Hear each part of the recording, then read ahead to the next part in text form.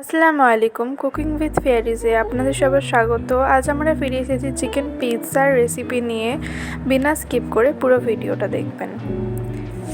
এর জন্য প্রথমে নিয়ে নিয়েছি বড় বড় করে কাটা টমেটো, পেঁয়াজ, ক্যাপসিকাম, ছোট ছোট করে কাটা লঙ্কা এবং স্লাইস চিজ। এবারে নিয়ে নেব ময়দা। এতে আমরা দিয়ে দেবো অল্প নুন, বেকিং পাউডার, বেকিং সোডা, চিনি এবং রিফাইন অয়েল।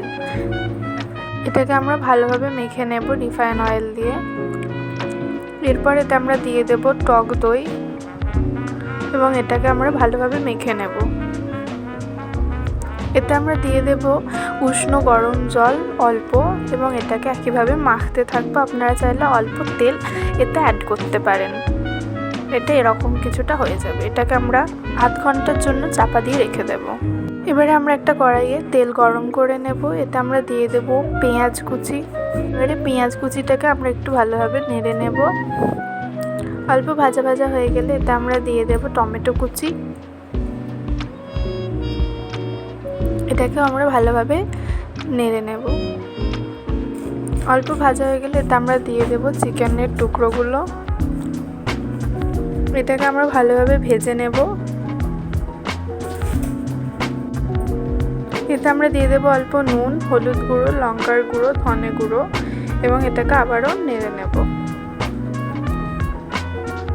এবারে দিয়ে দেবো জিরে গুঁড়ো অল্প।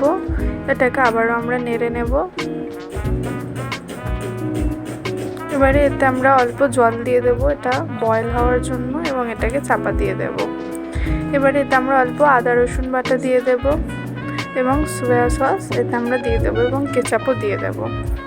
এবারে আমরা ময়দাটা আরেকবার মথে নেব। এবারে ময়দাটাকে আমরা পিৎজার শেপে দিয়ে দেব, বড় করে বেলে নেব। পিৎজার লেন্থটা কিছুটা এরকম হবে। এবারে পিৎজার বেসটাকে আমরা একটা প্লেটে রেখে দেব যাতে আমরা পিৎজাটা বেক করব। এটা সাইড থেকে আমরা এইভাবে চেপে দেব। এবারে আমরা একটা চাউ স্পুন দিয়ে মাঝখানে এইভাবে ফুটো ফুটো করে দেব। এবারে এতে আমরা দিয়ে দেব সস। আপনারা চাইলে পিৎজা সসও দিতে পারেন। এটাকে চারিদিকে ভালোভাবে লাগিয়ে দেব এবং এতে আগে থেকে কেটে রাখা পেঁয়াজ, বানিয়ে রাখা চিকেন এবং ক্যাপসিকাম, টমেটোর পিসগুলোকে এইভাবে সাজিয়ে দেব। সাজানো হয়ে গেলে আমরা চিজগুলো উপর থেকে গ্রেট করে দেব।